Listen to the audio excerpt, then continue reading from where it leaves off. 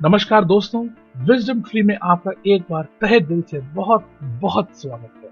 दोस्तों, आज हम शुरू करने वाले हैं एक छोटी सी श्रृंखला, एक सीरीज ऑफ एपिसोड्स जहां पर हमारे बहुत सारे मित्रों ने हमसे कहा है कि हम उनको अस्त्रों के बारे में ज्ञान प्राप्त कराएं, अस्त्रों के बारे में बताएं, ब्रह्मास्त्र के बारे में बताएं, अग्न्यास्त्र के बारे में बताएं, वैष्णवास्त्र के बारे में बताएं इत्यादि। तो हम दोस्तों एक ये श्रृंखला आज से शुरू कर रहे हैं और हम हर रोज आपको कुछ अस्त्रों के बारे में विस्तार पूर्वक बताएंगे। दोस्तों, ये श्रृंखला बहुत ही बेहतरीन और ज्ञानवर्धक होगी और इसमें हम तकरीबन वो सारे ही अस्त्रों के बारे में चर्चा करेंगे जिनको रामायण और महाभारत के युगों में प्रयोग में लाया गया। तो आइए दोस्तों, हम शुरू करते हैं। दोस्तों, सबसे पहले तो हम ये बात समझें कि अस्त्र और शस्त्र में क्या अंतर होता है। जी हाँ दोस्तों, अस्त्र और शस्त्र हम एक साथ ये शब्द कई दफे इस्तेमाल कर लेते हैं, परंतु दोस्तों ये बहुत ही अलग चीजें हैं दोनों ही, और दोनों के अंतर में काफी रहस्य छुपे हैं। तो समझते हैं दोस्तों पहले कि शस्त्र क्या चीज है। दोस्तों, शस्त्र कोई भी वो हथियार है जिससे मनुष्य ने अपने हाथों से बनाया हो या मनुष्य द्वारा निर्मित किया गया हो। ये बेसिकली मैकेनिकल वेपन्स हो सकते हैं दोस्तों। मैकेनिकल वेपन्स मतलब कोई भी ऐसा हथियार जो मनुष्य ने अपने हाथ बनाया हो और वो अपने फिजिकल रूप की वजह से ही क्षति पहुंचा सके, जैसे कि तलवार, ढाल, शूल, फरसा, भाला, धनुष बाण। ये सभी शस्त्र है दोस्तों, सभी के सभी ये शस्त्र है, क्योंकि इनको इंसानों ने ही बनाया है, मनुष्य ने ही इसको निर्मित किया है और मनुष्य की शक्ति द्वारा ये चलते हैं और ये अपने फिजिकल स्वरूप जैसे वे हैं उसी वजह से जो उनकी मारक क्षमता है वो उसी पे ही निर्भर करती है। तो फिर दोस्तों, अस्त्र क्या चीज है? ये बहुत ही रोचक प्रश्न है दोस्तों, और मैं आपको बताता हूँ। अस्त्र दोस्तों ऐसा शस्त्र है जिसको कि देवी देवताओं ने निर्मित किया होता है। दोस्तों, ये इसको शस्त्र कहना भी ठीक नहीं होगा, इसको यंत्र कहना ज्यादा उपयोगी होगा। दोस्तों, अस्त्र बेसिकली इस तरह के यंत्र होते हैं, इस तरह की ये हथियार है जो कि देवी देवता बहुत ही स्पिरिचुअल तरीके से बनाते हैं। इनको बनाने के जो विधि और विधान है वो बहुत ही अलग है शस्त्रों से। इनको बनाने के लिए दैवी शक्तियों का प्रयोग होता है और हर अस्त्र जब संधान करा जाता है तो दोस्तों वह पर्टिकुलर देवी या देवता जिसकी द्वारा वो संचारित है अस्त्र, वो अस्त्र चलाते वक्त या जब अस्त्र चल रहा होता है, मतलब जब अस्त्र का संधान करके प्रक्षेपण कर दिया गया होता है, तब दोस्तों स्वयं उस अस्त्र के अंदर उस देवी या देवता की शक्ति सम्मिलित हो जाती है और इसीलिए इनकी मारक क्षमता अत्यधिक होती है। अब कौन सा अस्त्र कितना शक्तिशाली है ये इस बात पर निर्भर करता है कि इसको किस विधि से बनाया गया है, किस देवी और किस देवता ने इसका निर्माण किया है और इसको निर्माण करते वक्त किन किन शक्तियों से इस अस्त्र को संचारित किया गया है। तो दोस्तों, आज इस वीडियो में और आने वाली वीडियो में हम इन सभी बातों में बहुत ही विस्तार पूर्वक चर्चा करेंगे। आइए दोस्तों, अस्त्रों के बारे में एक बात और समझें कि ये अस्त्र प्राप्त कैसे किया जाता है। तो दोस्तों, अस्त्र को प्राप्त करने के केवल दो ही मार्ग हैं। पहला मार्ग तो दोस्तों वह है जहां पर कि गुरु शिष्य परंपरा के अनुसार एक गुरु अपने शिष्य को ये अस्त्र का ज्ञान जो है, इसको संधान करने का जो मंत्र है, इसका आवाहन करने का जो मंत्र है और जो आत्मिक सिद्धि है, वह वर्बली एक गुरु अपने शिष्य को बताता है, यानी मौखिक रूप से, केवल बातों से। इसका कहीं उल्लेख नहीं होता, इन मंत्रों को कहीं लिखा नहीं जाता, केवल एक गुरु अपने शिष्य को डायरेक्टली ये बताता है और वह शिष्य का ये अस्त्र हो जाता है। इसको करने के भी दो तीन प्रकार है दोस्तों। एक प्रकार वो है जहां पर जो शिष्य है वो खुद ही काफी एडवांस हो जाता है और उसको ये मंत्र जागृति करा करके अस्त्र प्रदान कर दिया जाता है। दूसरा दोस्तों, कई दफे ऐसा होता है कि गुरु अपनी ही शक्ति से अपने शिष्य को ये अस्त्र दे देता है, मगर दोस्तों ये करा जाना ठीक बात नहीं है। और तीसरा दोस्तों तब होता है जब एक गुरु अपने शिष्य के अंदर ऐसी स्पिरिचुअल पावर ट्रांसमिट करता है जिससे कि गुरु खुद कमजोर हो जाता है और शिष्य शक्तिशाली हो जाता है और तब वो उन अस्त्रों को प्राप्त कर लेता है। दोस्तों इन अस्त्रों को इस्तेमाल करने के भी बहुत सारे रूल्स एंड रेगुलेशंस होते हैं। हर देवी देवता इन अस्त्रों को इस्तेमाल करने के लिए नियम बनाते थे और वे नियमों को पालन नहीं किए जाने पर ये अस्त्र विफल भी हो सकता था या फिर इससे भी बुरा उल्टा अस्त्र चलाने वाले पर भी हमला कर सकता है। तो दोस्तों अस्त्र कोई साधारण मारक करने वाला हथियार नहीं है। यह बहुत ही खास पद्धतियों से बनाया गया अभिमंत्रों से संचारित किया हुआ एक शक्ति स्रोत है, एक शक्ति पुंज है और आज हम इन्हीं के बारे में बात करेंगे। दोस्तों अस्त्रों के बारे में आपको एक और बात बताई जाए। दोस्तों एक मान्यता है जो काफी गलत मान्यता है, हम सब में कई लोग इस तरह से मानते हैं इस बात को कि जो अस्त्र है जैसे कि वरुणास्त्र हो गया, पाशुपतास्त्र हो गया, ब्रह्मास्त्र हो गया, ये सब कोई तीर है। नहीं दोस्तों, ये इनमें से कोई भी तीर नहीं है। दरअसल अस्त्रों को तीर बनने की जरूरत नहीं है, इनका कोई अपना खुद का फॉर्म नहीं होता है। इसको प्रयोग करने के लिए किसी भी चीज को माध्यम बनाया जा सकता है। मतलब कोई भी योद्धा किसी भी अस्त्र को किसी भी शस्त्र रूप में आवाहन कर सकता है। जैसे कि सपोज कीजिए कोई भालाधारी है, कोई भाला चलाता है, तो वो उस भाले पर ही उस अस्त्र को संधान कर सकता है और हमला करने पर वो भाला ही वो अस्त्र बन करके गरजेगा। तो आप फर्ज कीजिए अगर कोई भाला चलाता है और उसने ब्रह्मास्त्र का प्रयोग करा तो वो भाले को ब्रह्मास्त्र में तब्दील कर। एक बार तो अश्वत्थामा ने पांडवों पर हमला करने के लिए महाभारत के युग के पश्चात एक घास के तिनके से ब्रह्मास्त्र का आवाहन कर लिया था। जिस दिन कर्ण की मृत्यु हुई थी दोस्तों, उस दिन कर्ण भी ब्रह्मास्त्र का मंत्र भूल गया था, नहीं तो वो सीधा हवा से ही इस ब्रह्मास्त्र को आवाहन करने वाला था। दोस्तों बड़ी रोचक बातें हैं और हम धीरे धीरे और साइंटिफिक होते जाएंगे इन बाणों के बारे में, इन हथियारों के बारे में, इन अस्त्रों के बारे में। तो आइए दोस्तों हम पहले अस्त्र से शुरू करते हैं। दोस्तों जो पहला अस्त्र है जिसके बारे में हम बात करने वाले हैं वो है दोस्तों इंद्रास्त्र। दोस्तों इंद्रास्त्र इंद्रदेव का अपना अस्त्र था। इंद्रास्त्र एक जबरदस्त और अजीबोगरीब सा अस्त्र था दोस्तों। इंद्रास्त्र की खूबी ये थी कि जब इसको आकाश की ओर छोड़ा जाता था तो ये अपने आप को हाइपर क्लोन कर लेता था, यानी कि ये अपने आप को कई गुना बढ़ा देता था और एक अस्त्र कई बाण बनकर के आसमान से बारिश की तरह बरसता था। समझे बात को दोस्तों कि ये जो वर्षा हो रही थी ये वर्षा पानी की वर्षा नहीं थी, ये दरअसल में बाणों की वर्षा होती है।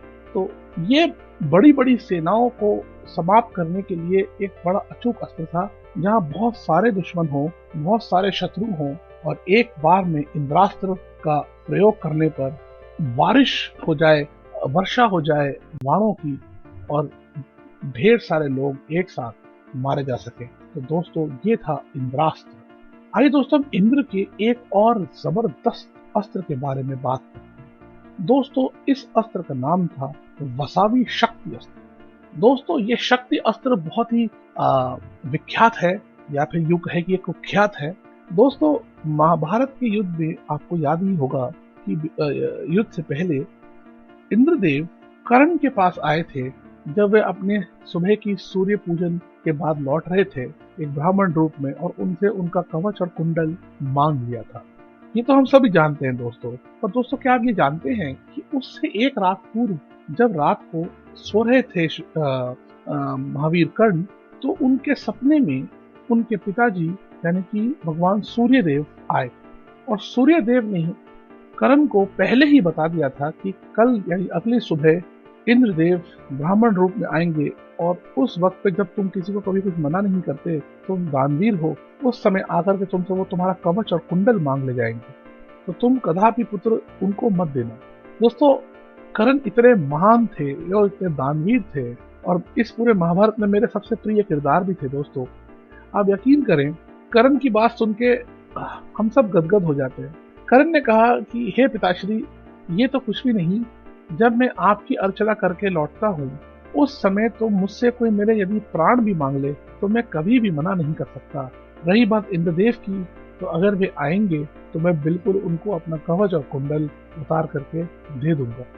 दोस्तों सूर्यदेव अपने पुत्र को भली भांति जानते थे और उनको पता था कि महावीर कर्ण अवश्य ऐसा ही कुछ करने वाले हैं। तो उन्होंने कर्ण को एक सुझाव दिया कि हे पुत्र, जब तुमसे इंद्रदेव कवच और कुंडल मांगे तो उसके बदले में वो तुमसे कोई वर जरूर मांगने को कहेंगे। जब वे ऐसा कहें तब तुम मेरे पुत्र उनसे वसावी शक्ति अस्त्र मांगे। क्योंकि दोस्तों वसावी शक्ति एक ऐसा भयंकर अस्त्र था जिसकी काट अर्जुन के पास नहीं थी। दोस्तों आपको जान के हैरानी होगी कि श्री कृष्ण ने भी जब तक घटोत्कच रण में नहीं उतर के वीरगति को प्राप्त हो गया तब तक अर्जुन को कर्ण के समीप आने ही नहीं दिया। दोस्तों अंततः ऐसा ही हुआ, इंद्रदेव आए और उन्होंने कर्ण से उनका कवच कुंडल मांग लिए और कर्ण ने उसके बदले में उनसे उनकी वसावी शक्ति मांगी। दोस्तों अब यहाँ पर भी एक बड़ा ही विचित्र एक काम होता है, एक बात होती है, वो ये है, नॉर्मली जब कोई भी किसी अस्त्र को प्राप्त करता है तो जनरली वो भगवान से डायरेक्टली प्राप्त करते हैं, तपस्या से प्राप्त करते हैं या फिर गुरु शिष्य से प्राप्त करता है। बट इस तरह में जब किसी में दान में दिया गया अस्त्र था तो भगवान इंद्र ने एक चाल चली और उन्होंने कहा कि ठीक है, मैं तुम्हें ये शक्ति अस्त्र दूंगा, परंतु इसका प्रयोग तुम केवल एक ही बार कर पाओगे। अदरवाइज अगर आपने किसी ने कोई सिद्धि प्राप्त करी होती, तपस्या के बल पर ये अस्त्र प्राप्त किया होता, तो वो कितनी भी बार उसको प्रयोग कर सकते होते। तो कर्ण मान जाते हैं और वो कहते ठीक है, मुझे तो केवल एक ही शत्रु को मारना है और उसके लिए ये काफी रहेगा। परंतु बीच में घटोत्कच आ जाते हैं और वो उत्पात मचा देते हैं और कोई सहारा नहीं होता, कोई चारा नहीं होता और उनको यानी कि कर्ण को अपने वसावी शक्ति अस्त्र का प्रयोग घटोत्कच पर करना ही पड़ जाता। दोस्तों ये थी कहानी वसावी शक्ति। अगले अस्त्र की बात करते हैं दोस्तों, ये भी बड़ा भयंकर और कोहराम मचाने वाला अस्त्र है। दोस्तों ये है अग्निदेव का अपना खुद का रचाया हुआ अग्न्यास्त्र। दोस्तों अग्न्यास्त्र कहा जाता है कि जब संधान करके प्रक्षेपित किया जाता था तब वह एक ऐसी भयंकर भयावह आग लगा देता था मानो कि आग पानी की तरह बह रही हो। और दोस्तों ये आग भी कोई साधारण आग नहीं थी, क्योंकि इसको मनुष्य के नॉर्मल तरीकों से, साधारण तरीकों से बुझाना असंभव था। मतलब पानी डालकर या वायु से बुझा करके या उसका कुछ डाल करके मिट्टी या कुछ भी उसकी वायु, मतलब ये आग दिव्य अग्नि थी और ये बुझाई नहीं जा सकती थी। इससे पूरे पूरे गांव, पूरे पूरे प्रदेश, पूरे पूरे जंगल, पूरे पूरे वन उपवन समाप्त किए जा सकते थे। ये बहुत ही विध्वंसक अस्त्र था दोस्तों। इस अस्त्र की एक काट भी मौजूद थी दोस्तों, और वो काट बनाई थी वरुण देव ने। जी हाँ दोस्तों, वरुण देव जो कि जल के देवता हैं, उन्होंने निर्माण किया था एक वरुणास्त्र का। दोस्तों इससे पहले कि मैं आपको बताऊं कि वरुणास्त्र करता क्या था, मैं आपको समझाता हूं कि अग्न्यास्त्र दरअसल इतनी आग कैसे बनाता था। तो दोस्तों इसका जो साइंटिफिक एक्सप्लेनेशन है वो कुछ इस प्रकार हो सकता है कि क्योंकि ये एक खास तरह के अग्नि मंत्र से अभिमंत्रित था, तो अग्नि मंत्र इतना गर्म था, उसकी वाइब्रेशन इतनी स्ट्रॉन्ग थी कि वह हवा में ही इतनी गर्मी पैदा कर देती थी लगातार, जैसे कि कोई फ्यूजन रिएक्शन हो। इस वजह से कभी न रुक सकने वाली अग्नि प्रज्वलित हो जाती थी। अब जो इसकी काट थी दोस्तों वरुणास्त्र, वरुणास्त्र एक तरह का मैं समझता हूँ इलेक्ट्रोलिटिक डिवाइस था जो कि हवा से पानी बना सकता था। जी हाँ दोस्तों, हम सब जानते हैं हाइड्रोजन और ऑक्सीजन को मिलाने से जल बन सकता है। तो कई जगहों में, कई ऐसे मॉडर्न रिसर्चेस में ऐसा कहा गया है कि शायद से वरुणास्त्र का जो अभिमंत्रण था वो इस तरह का था। दोस्तों हम जानते हैं कि मंत्र जो होते हैं वो एक तरह की वाइब्रेशन प्रोड्यूस करते हैं, और आज की जो मॉडर्न साइंस है, जो मॉडर्न फिजिक्स है, वो भी स्ट्रिंग थ्योरी के बारे में बात करती है, जो भी जिसमें कि ये कहा जाता है कि पूरा यूनिवर्स जो है वो एक तरह की वाइब्रेशन है। तो दोस्तों यही वाइब्रेशन जो वरुणास्त्र थी वो ऐसी थी कि वो हवा से अथाह पानी, जल का एक प्रचंड प्रवाह बहा सकता था, मानो जैसे कि कोई सुनामी हो। और ये भी दोस्तों कोई साधारण जल नहीं था, ये बड़ा दिव्य जल था, और यही जल ऐसा था जो उस महान अग्न्यास्त्र की अग्नि को बुझा सकता था। दोस्तों इसके बाद आज की वीडियो में एक आखिरी अस्त्र, और इसके बाद के बाकी अस्त्र हम अगली वीडियोस में शेयर करेंगे दोस्तों। तो वो आज वरुण देव का एक और अस्त्र हम आपको बताने वाले हैं दोस्तों। वो एक मारक अस्त्र नहीं बल्कि एक बंधक अस्त्र है। वो बांधने के काम आता है दोस्तों। वो अस्त्र है वरुणापाश। वरुणापाश अस्त्र एक ऐसा अस्त्र था दोस्तों जो कि किसी को भी बंधन में बांध सकता था, किसी को भी। समझने की बात है दोस्तों कि पाश तो बहुत सारे थे, बहुत तरह के पाश थे, परंतु ये दिव्य पाश जो जैसे वरुणा पाश हो गया, या आगे हम आपको नाग पाश के बारे में बताएंगे, तो ये एक दिव्य पाश था। ये जाकर के सामने वाले शत्रु से लिपट जाता था और एकदम से बहुत ही जबरदस्त शक्ति से उसको बांध देता था। और वरुण पाश तो इतना शक्तिशाली पाश था कि इससे देवी देवता भी बच करके निकल नहीं सकते। दोस्तों, आप हमसे जुड़े रहिएगा। हम आने वाली वीडियोस में और भी ढेर सारे अस्त्रों के बारे में विस्तार पूर्वक चर्चा करेंगे। अंत में हम आपको ये भी बताएंगे कि इस पूरे सृष्टि के सबसे ज्यादा घातक 3 कौन से अस्त्र थे। और दोस्तों, मैं ब्रह्मास्त्र की बात नहीं कर रहा हूँ, जिन अस्त्रों की बात मैं कर रहा हूँ वो ब्रह्मास्त्र से भी कहीं गुना ज्यादा शक्तिशाली थे। तो दोस्तों, आप हमसे जुड़े रहिएगा।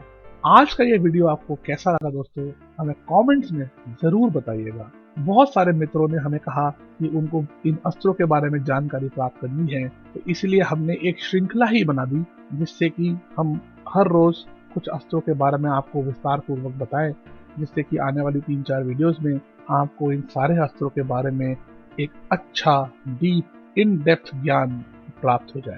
तो दोस्तों, हमें आशा है आपको आज की वीडियो पसंद आई होगी। यदि पसंद आई है दोस्तों, तो आपको हमारे चैनल को सब्सक्राइब जरूर करना है। ये सब्सक्राइब करना बहुत ज़रूरी है दोस्तों, क्योंकि हमारा चैनल नया है और हम आप जैसे दोस्तों को मिलना है, हमको जुड़ना है, क्योंकि ये हमारी संस्कृति की बात है और हम चाहते हैं कि हमारी ये पुरानी कहानियाँ, हमारे संस्कृति की धरोहर ज़्यादा से ज़्यादा लोगों तक पहुँचे। तो जुड़िए दोस्तों हमारे संग और बने रहिए। और अगर आप चाहें तो अपने और दोस्तों में और परिवार और सगे संबंधियों में, अपने गुरुजनों में इसको शेयर कर सकते हैं, जिससे कि ज़्यादा से ज़्यादा लोगों तक हमारा संदेश पहुंच सके। तो दोस्तों, आज के लिए हम आपका बहुत बहुत धन्यवाद करते हैं। बाकी बातें हम कल करेंगे। तो आज के लिए दोस्तों इतना ही। नमस्कार।